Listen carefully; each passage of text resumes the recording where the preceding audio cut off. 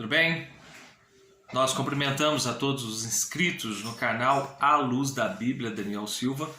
Cumprimentamos todos com a paz de nosso Senhor e Salvador Jesus Cristo, o Nazareno.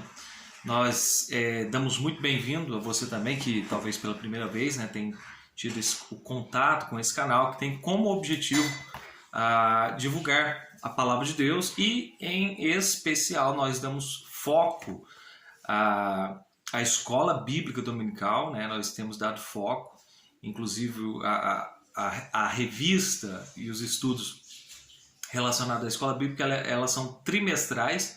A cada ciclo de 3 meses nós estudamos um determinado tema. E nesse primeiro trimestre do ano de 2022, nós estamos tendo o privilégio e a oportunidade de estudar esse tema.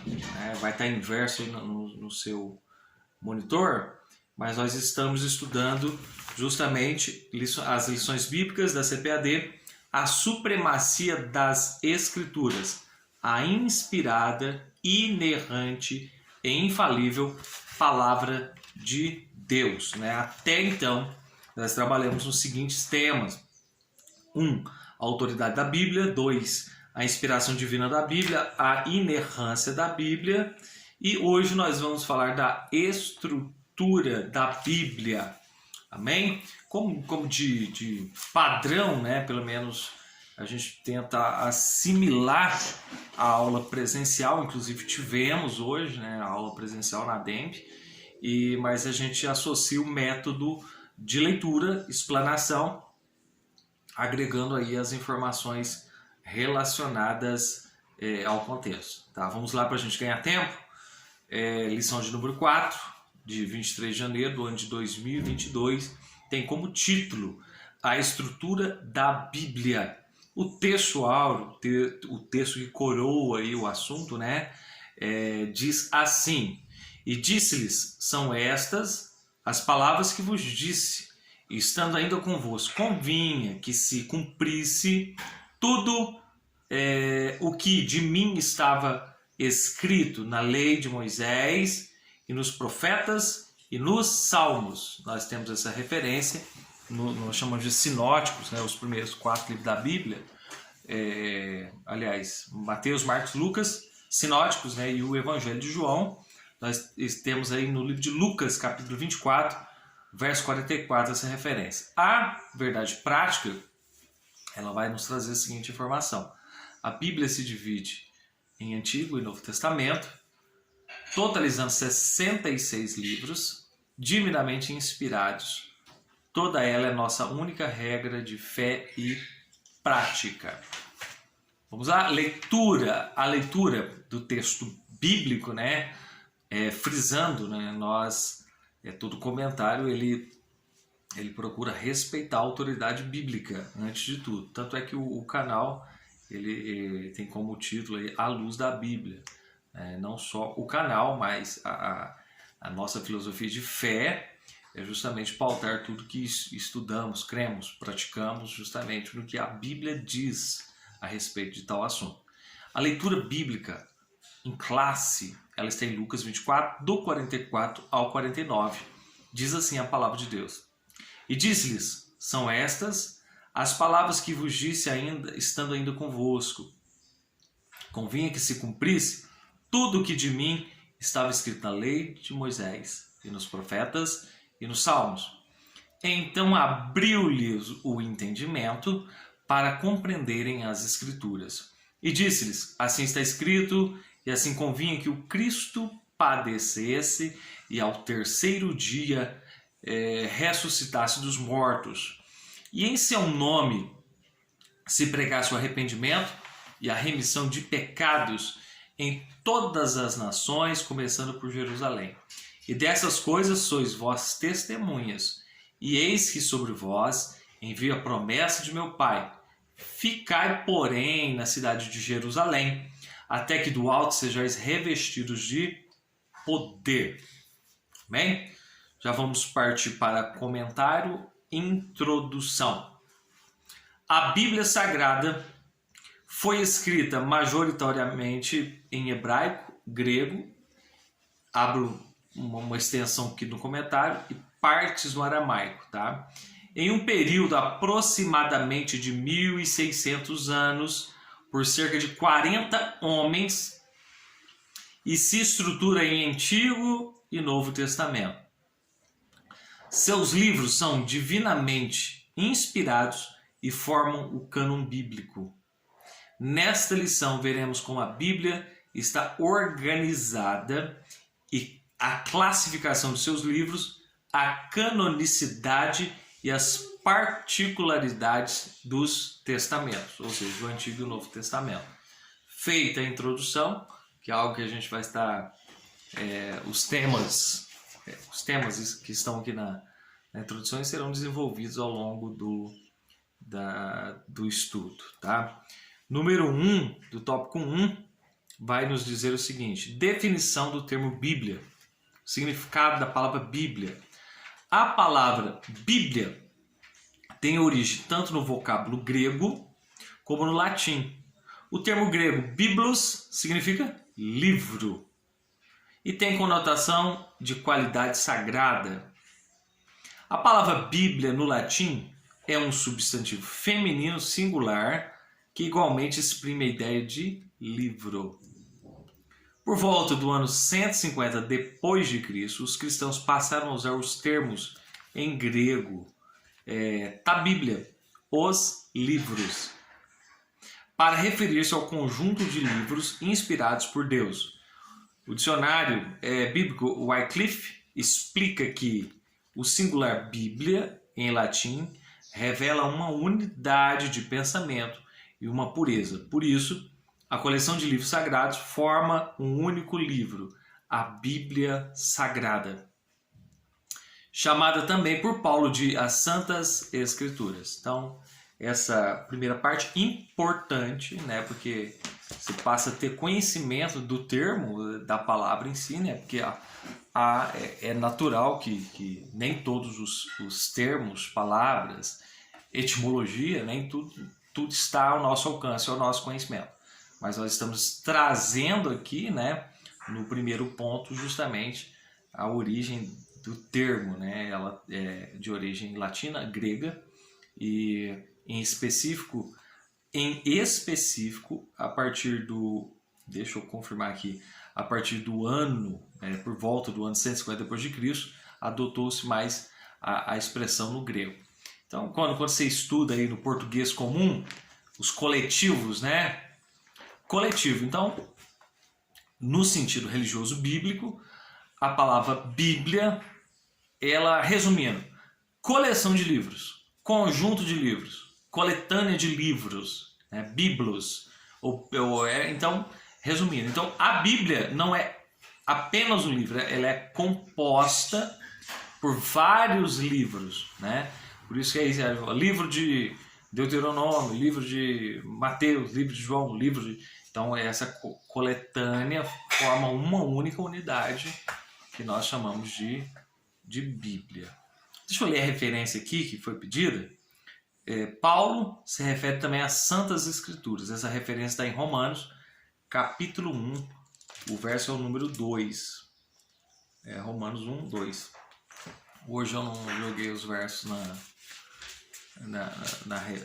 do PDF, né? Então eu vou ter que fazer uma pesquisa mais manual aqui, né? Tenha paciência e me ajuda aí, tá? Então, verso 2 diz assim: o qual antes havia prometido pelos seus profetas nas Santas Escrituras. Paulo, quando diz aqui, a qual prometeu pelos santos profetas, pelos seus profetas, como está escrito nas Santas Escrituras, ele referia-se, nesse contexto, ao Antigo Testamento, como Santas Escrituras. Então, Paulo reconhecia a canonicidade dos escritos e a autoridade que estava investida neles, né? Tanto que ele foi um dos maiores intérpretes do Antigo Testamento, trazendo para o Novo Testamento, nas suas cartas, nas suas epístolas, orientações fundamentais e essenciais para a igreja, né? Para os chamados para fora, para a igreja de Jesus Cristo. Continuando, número 2 agora, do tópico 1, diz o cânon da Bíblia. A expressão cânon procede do hebraico kiané, com o sentido de vara de medir. O termo correspondente em grego é cânon, que significa régua. Tá, então, não precisamos ficar absurdado com o termo aí. Então, o termo cânon, se você pensar em régua, em regra, tá? Então tem a ver com isso. Então, parâmetro. Tá? Então, o cânon, o parâmetro, a régua, a medida. Então, os livros que foram... os livros, eles passaram por medida, por parâmetro, né? Para serem considerados como autorizados, como inspirados. Tá? Então, o terminho cânon ele vai remeter a essa ideia. E continuando aqui, ó, desse modo, na teologia, o vocábulo cânon é empregado como norma de avaliação para identificar os livros sagrados. Em vista disso, os termos canônico passou a designar os 66 livros aceitos como divinamente inspirados, sendo 39 livros do Antigo Testamento, 39 do Antigo Testamento e 27 do Novo Testamento. Isso quer dizer que o Espírito Santo guiou o seu povo a reconhecer a autoridade desses escritos como regra de fé e prática. Nesse sentido, o cânon bíblico está completo, nada pode ser acrescentado ou retirado das escrituras canônicas. Isso nós vamos ver em Apocalipse 22, 18 e 19. Então, entendemos, quando eu falo entendemos, não é imposição de entendimento. Nós falamos assim, o que está em torno da explicação do termo cânon. Então, é isso. Canonicidade, canônico. Então, os livros que são considerados canônicos são justamente os 39 do Antigo Testamento e os 27 do Novo Testamento para o cristão protestante. E não é só para o cristão protestante, não é uma questão só de instituição.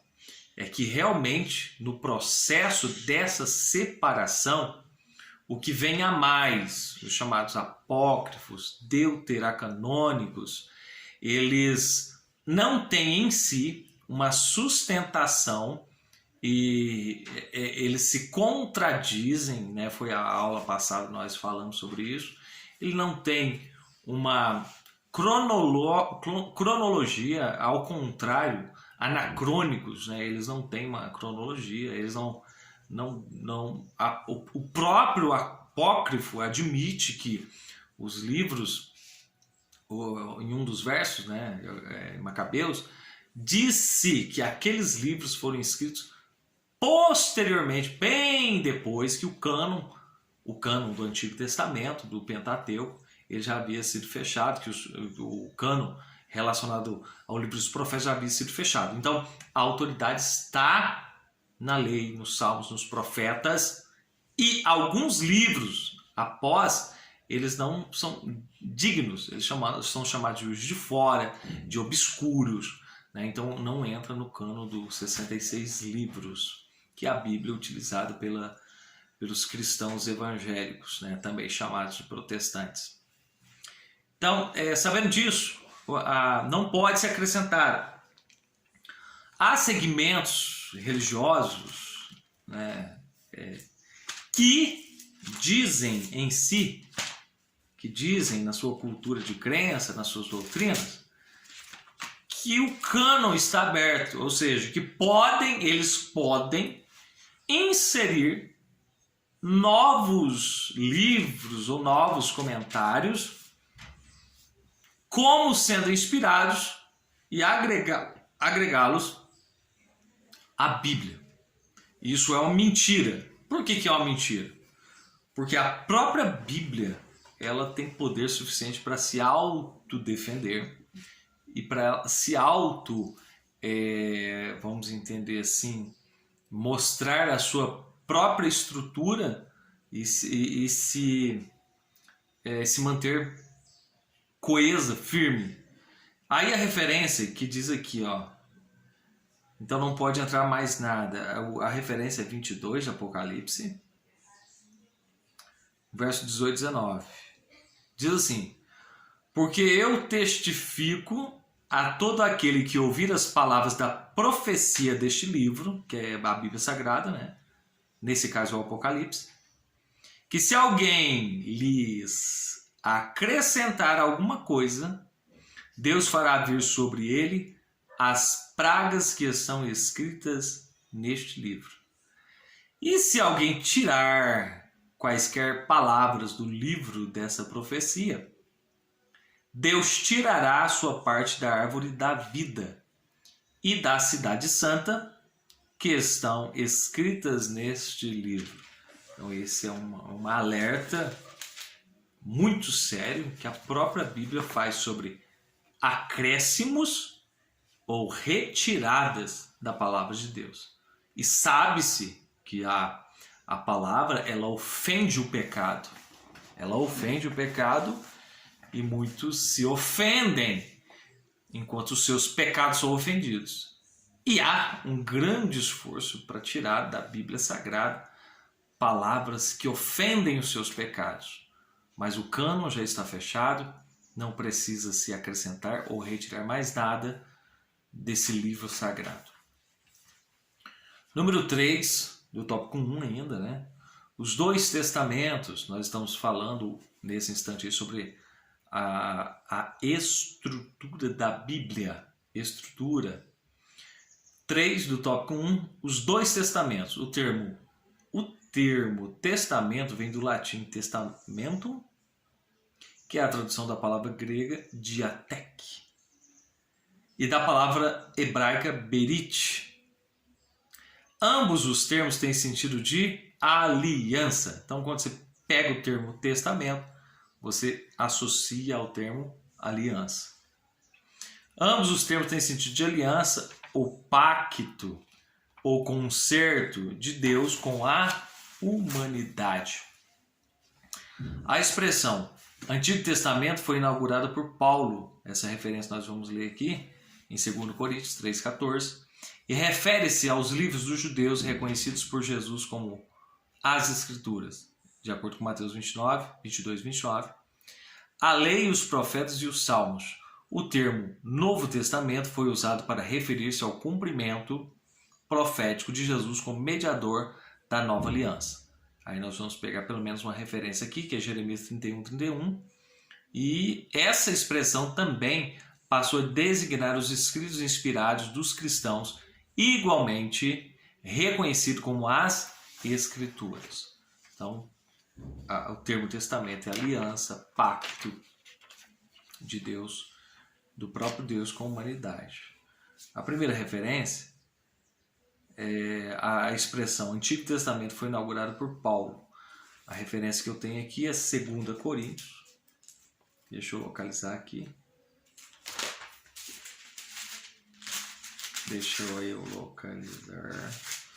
Segunda Epístola de Paulo aos Coríntios, capítulo 3, versículo de número 14, olha. Mas os seus sentidos foram endurecidos, porque até hoje o mesmo véu está por levantar na lição do Velho Testamento, o qual foi por Cristo abolido. Nós estamos em destaque a expressão Velho Testamento, Antigo Testamento ou Novo Testamento. O destaque aqui são alianças. E a gente já leu 24, 44. Jesus referindo sobre o Antigo Pacto, a Antiga Aliança ou o Antigo Testamento, como sendo palavra de Deus. E disse-lhes, são estas as palavras que eu disse ainda estando convosco, convinha que se cumprisse tudo que de mim estava escrito na lei, de Moisés e no profeta e nos Salmos. O termo Novo Testamento foi usado para se referir ao cumprimento profético de Jesus como mediador da nova aliança. Então, lá no livro de Jeremias, capítulo 31, vamos lá, o que está escrito lá? São palavras proféticas que apontavam para a nova aliança, para o Novo Testamento. E como seria, qual é o propósito de Deus, como seria essa nova aliança. Jeremias 31, 31. Localizei aqui. Diz assim: eis que vem dias, diz o Senhor, em que farei um concerto novo com a casa de Israel e com a casa de Judá. Isso já está sendo sinalizado desde o Antigo Testamento. Repetindo aqui a leitura, né? Essa expressão também passou a designar os escritos inspirados dos cristãos, igualmente reconhecido como as Escrituras. 2 de Pedro 3, 15 e 16. 2 de Pedro, localizar.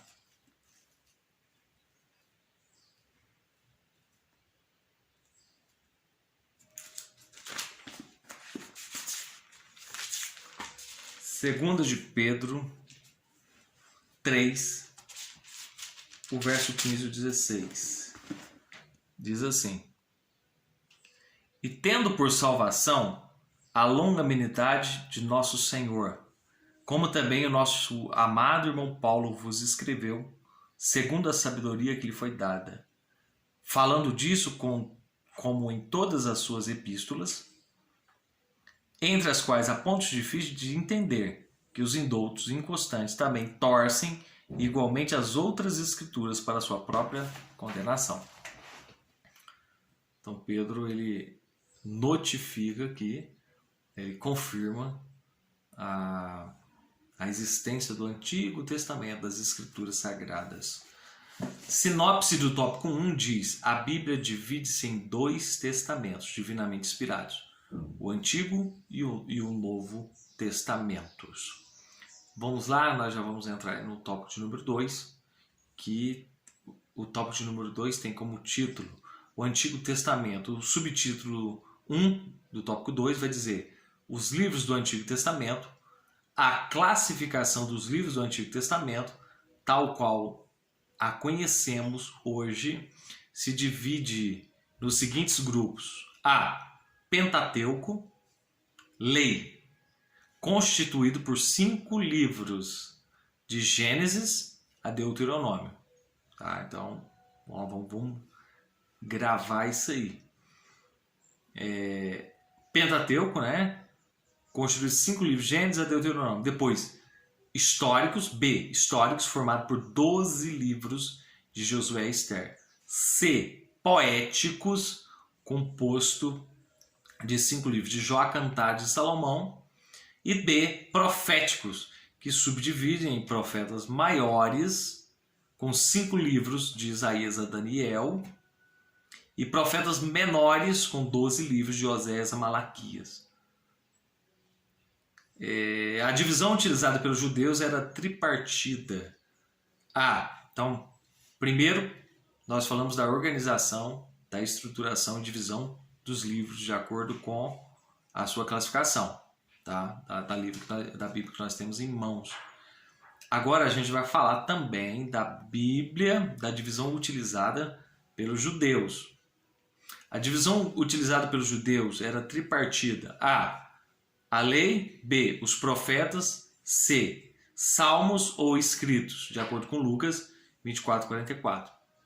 Então você vê que na Bíblia judaica, no Antigo Testamento, se a gente pode dividir, seria dividido em leis, lei, salmos, profetas. Correto?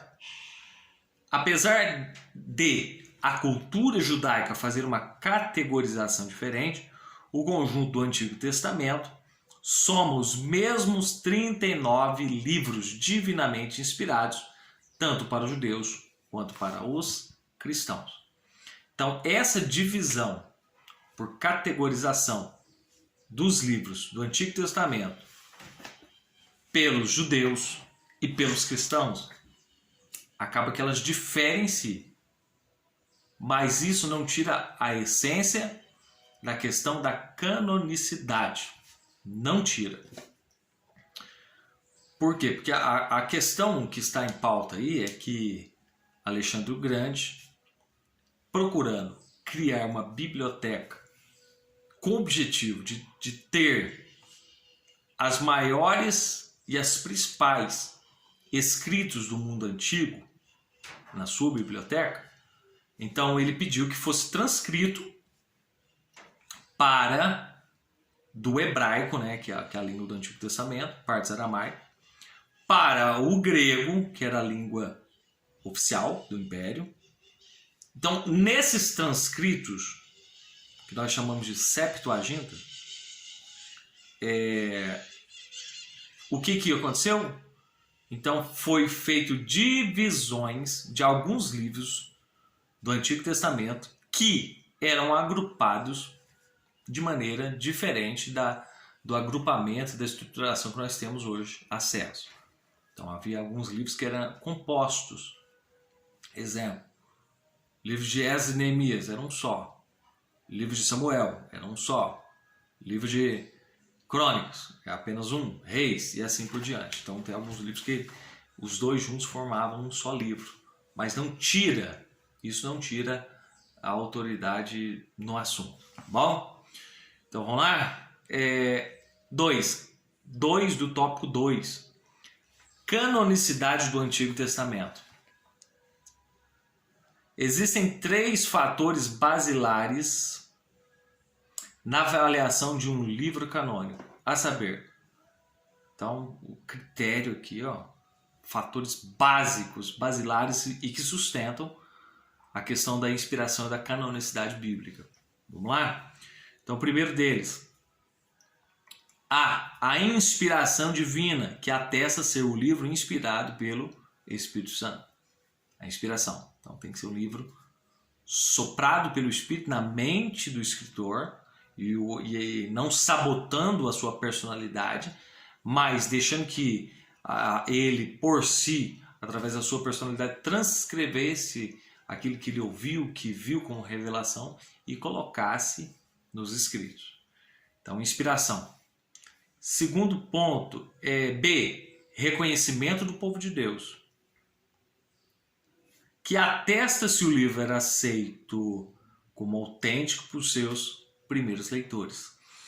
E letra C, preservação pelo povo de Deus, que atesta se o livro era conservado como palavra de Deus. Por conseguinte, a afirmação desses elementos revela que desde o início os livros do Antigo Testamento foram recebidos e guardados como inspirados e autorizados por Deus, dotados de veracidade e de autoridade.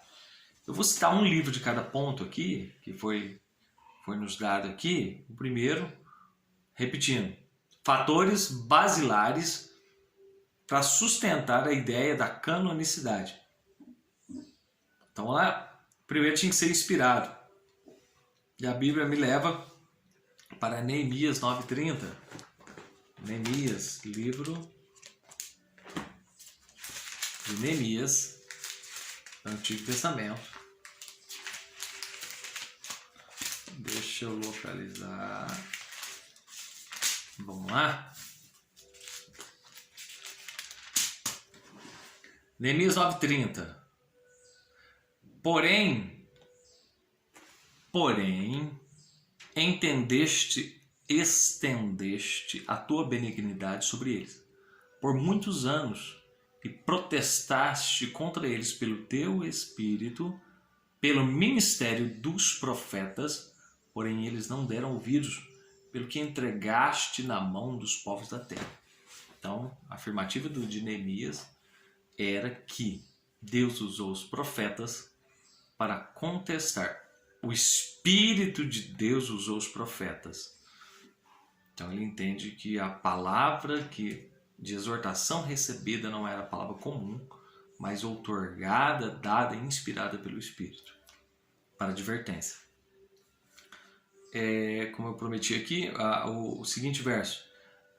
B. Reconhecimento do povo de Deus, que atesta se o livro era aceito como autêntico por seus primeiros leitores. Êxodo 24, 3, 7. Vamos lá para o Êxodo. Gênesis, Êxodo, segundo livro da Bíblia.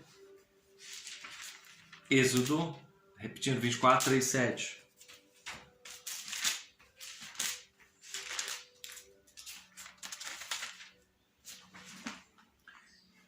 Diz assim: Vindo, pois, Moisés, e contando ao povo todas as palavras do Senhor e todos os estatutos, então o povo respondeu a uma voz e disseram: todas as palavras que o Senhor tem falado, faremos. E Moisés escreveu todas as palavras do Senhor e levantou-se pela manhã de madrugada e ficou um altar ao pé do monte e 12 monumentos segundo as 12 tribos de Israel. Então o povo reconhecia os escritos de Moisés e reconhecia a voz de Deus nos escritos de Moisés como autêntico. E por fim, letra C aqui, preservação pelo povo de Deus. E quando fala de preservação, é claro que o ser humano por si não teria capacidade de conduzir essa preservação. Repetimos que a Bíblia é um escrito que foi realizado num período de 1.600 anos por 40 autores diferentes ou mais, de diversas situações, classe social, conhecimento, e a preservação da inspiração, ela continua ainda, ela não se perdeu ao longo do tempo e do caminho, ela ainda é existente. Então a referência que me dá aqui é Deuteronômio 31, do 24 ao 26. Deuteronômio 31, do versículo 24 ao versículo de número 26. Vou localizar aqui.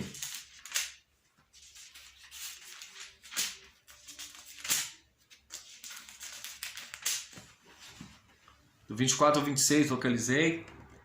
E aconteceu que, acabando Moisés de escrever as palavras da lei num livro até de todo as acabar, deu ordem Moisés aos levitas que levavam a arca do concerto do Senhor, dizendo: tomai este livro da lei e ponde ao lado da arca do concerto do Senhor, vosso Deus, para que haja testemunho contra ti. Então é isso. Então, a palavra foi conservada naquela ocasião e ainda hoje ela é conservada.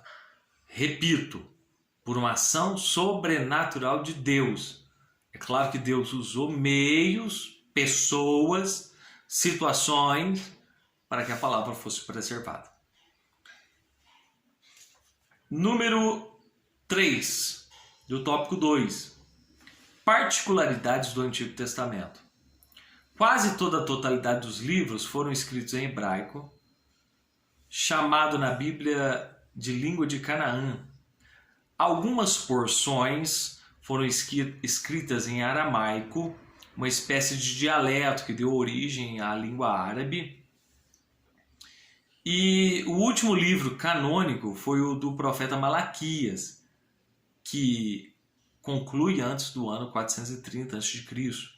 Desde então, nada mais pode ser acrescido ao cânon do Antigo Testamento. E conforme o teólogo Norman Geisler, para facilitar a tarefa de citar a Bíblia, em 1227, o texto foi dividido em capítulos e por volta de 1445, o Antigo Testamento foi dividido em versículos. Então essas particularidades do Antigo Testamento são importantes para nós. Eu achei muito bom o autor ter frisado aqui a questão do último livro do Antigo Testamento, considerado canônico e aceito tanto pelo judaísmo quanto pelo cristianismo bíblico, né? Pelo protestantismo, 430 a.C. Depois disso, nós temos um período chamado de período interbíblico, onde houve o silêncio de Deus. E no silêncio de Deus não havia voz profética para a orientação do povo. Criou-se muita especulação, muita fantasia.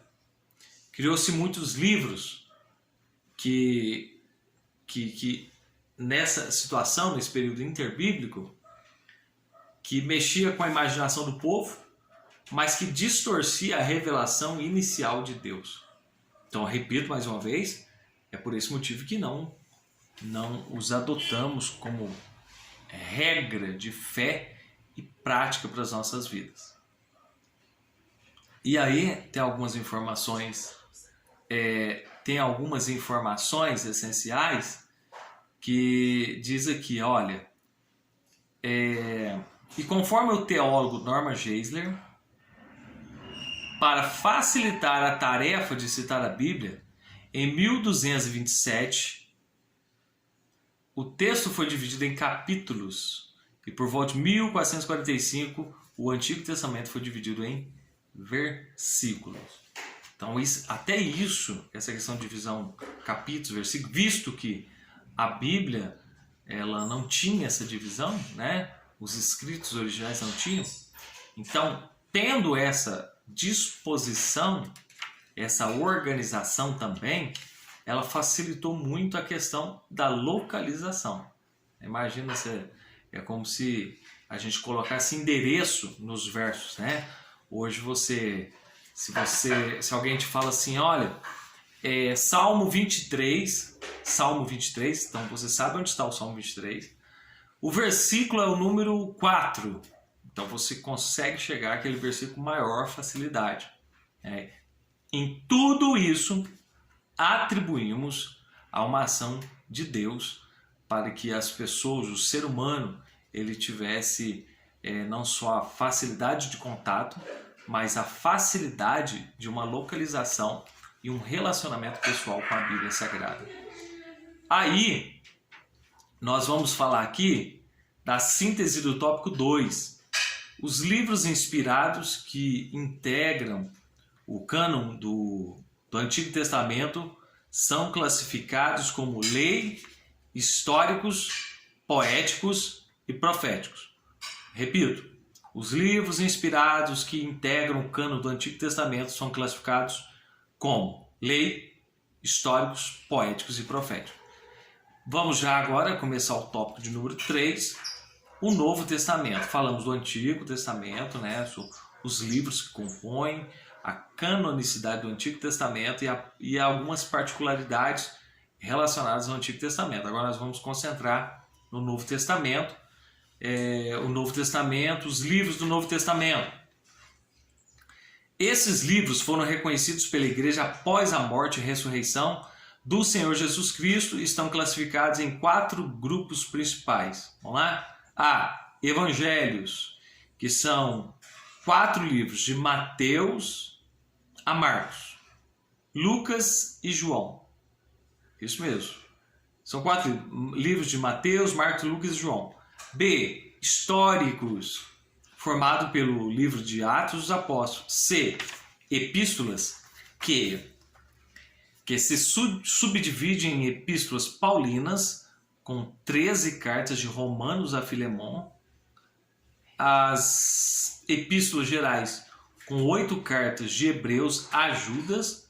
E D. Revelação, constituído pelo livro de Apocalipse. O conjunto totaliza 27 livros inspirados e autorizados que são chamados de canônicos. Então nós vamos ler aqui 1 Coríntios capítulo 2, verso 4 e verso 13. Deixa eu localizar.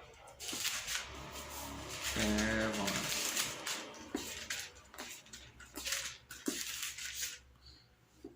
Primeira Epístola de Paulo aos Coríntios, capítulo 2.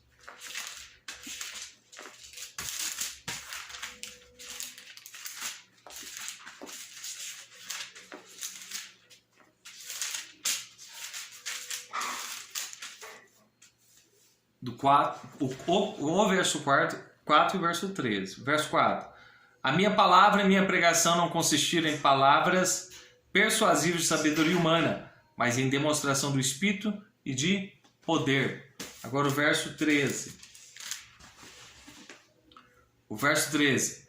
As quais também falamos, não com palavras de sabedoria humana, mas com as que o Espírito Santo ensina, comparando as coisas espirituais com as espirituais. Então a ênfase do tópico 1, do subtópico 1 do tópico 3 é justamente falar sobre, deixa eu confirmar aqui, o conjunto totaliza 27 livros inspirados e autorizados, são chamados de canônicos. E essas referências que a gente trouxe aqui de verso, justamente ela notifica isso. Paulo falou, não foi só palavras, mas foi palavras com poder. E qual poder? Poder de Deus, sem dúvida nenhuma. 2. Canonicidade do Novo Testamento. Os critérios de avaliação do Novo Testamento são iguais aos que determinam o cânon do Antigo Testamento. Isto é, a inspiração, o reconhecimento e a preservação dos livros. Repito, a inspiração, o reconhecimento e a preservação dos livros, como palavra de Deus. Nesse sentido, a Bíblia oferece indiscutíveis provas de inspiração do Novo Testamento. Quanto ao reconhecimento dos livros como fidedignos, desde o início dos escritos, falsos foram refutados pela igreja. Então a própria igreja em si, ela tinha como autoridade os livros já do Antigo e do Novo Testamento, e aquilo que era extra era refutado, porque não cabia na regra, na régua, na norma de inspiração da própria Bíblia do Novo Testamento. Em relação à conservação das Escrituras, os primeiros cristãos adotaram a prática de leitura dos livros autorizados em suas reuniões de culto. Mediante tais fatos, atesta-se que, desde o começo da igreja primitiva, reconheceu e preservou os livros canônicos, alicerçados sobre o fundamento dos apóstolos e dos profetas. Então, fundamento dos apóstolos, profetas, que Jesus Cristo é a pedra principal, pedra de alicerce, pedra de esquina. Entendendo isso, o critério de canonicidade é muito semelhante ao do Antigo Testamento, visto que nós estamos falando nesse instante do Novo Testamento. Partindo já para o 3, do tópico 3, vai dizer assim: particularidades do Novo Testamento. Todos os livros do Novo Testamento foram escritos em grego koiné, um dialeto comum e presente por toda a cultura de fala grega e que muito auxiliou na propagação do Evangelho nos primórdios do cristianismo, Atos 19:10. Algumas expressões, mesmo redigidas no vernáculo grego, possuem significado em aramaico, dentre elas citamos.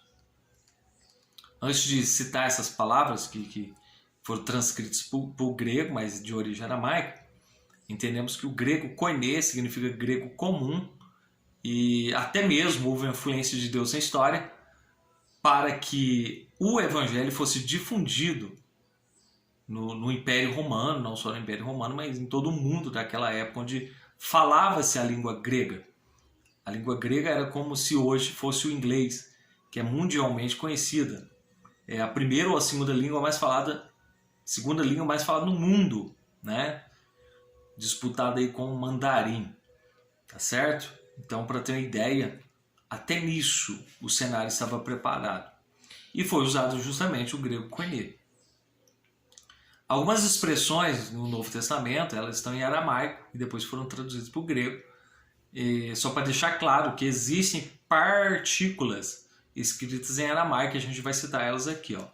Talitá cumi, menina, levanta-te, que está em Marcos 5:41. Abba, pai, literalmente pai, pai, meu pai, que está lá em Marcos 14:36. E Eloi, Eloi, lama sabachthani, Deus meu, por que me desamparaste? Que está em Marcos 15:34. O conjunto dos livros canônicos foi escrito antes do término do século I. O último livro é o Apocalipse, de João, datado por volta do ano 96 d.C.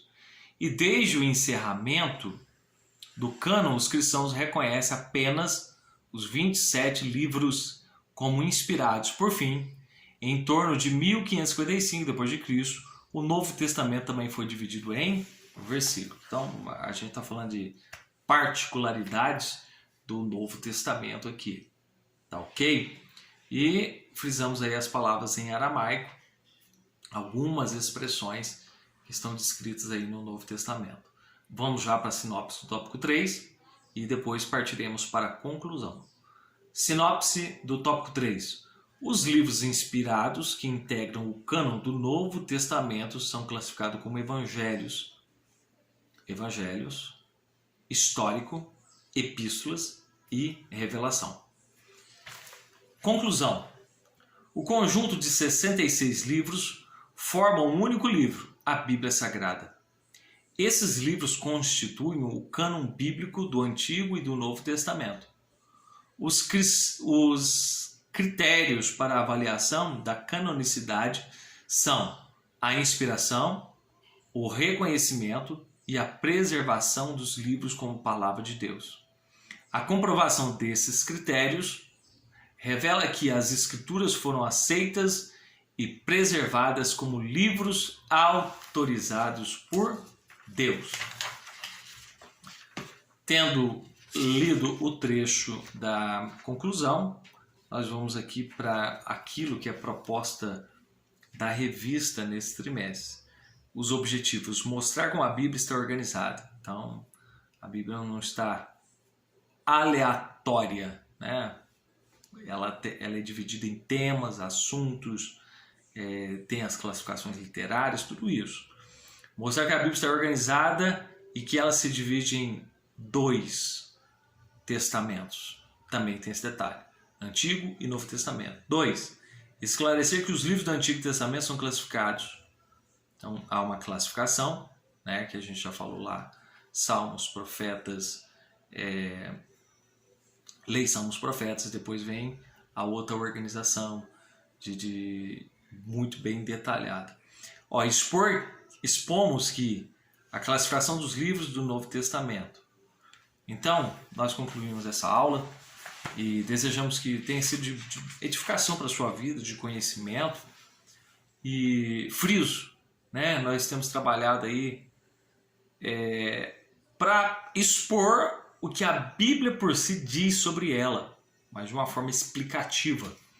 E isso eu chego a uma conclusão: isso gera fé em nossos corações, para que, através da fé gerada em nossos corações, a gente se achegue cada vez mais a Deus, através da pessoa bendita de Jesus Cristo.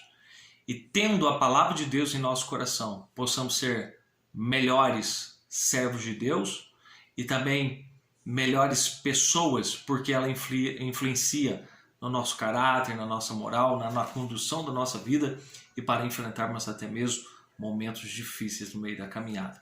Então está aí a aula de número 4 do dia 23 de janeiro do ano de 2022, a estrutura da Bíblia Sagrada.